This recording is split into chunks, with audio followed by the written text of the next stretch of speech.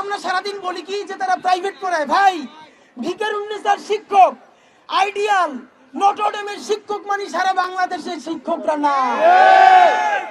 এই যে আমরা দেখি 10টায় ক্লাস, তার আগে সকাল 7টা থেকে একজন টিচার 10টা পর্যন্ত টিউশন করান, আবার বিকাল থেকে রাত্রির পর্যন্ত টিউশন করান।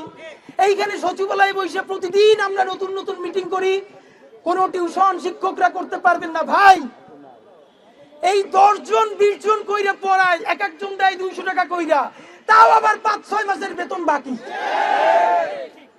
তো আপনি যেই বেতন দিয়ে দেখেন একজন শিক্ষক, তার ন্যূনতম যদি একটা 2 রুমের বাসায় একটা মফস্বল শহরে থাকে, আমারে বলেন 2 রুমের একটা বাসা 10,000 টাকার নিচে ভাড়া বাংলাদেশের কোথায় আছে? 2-3 রুমের বাসা আসেন।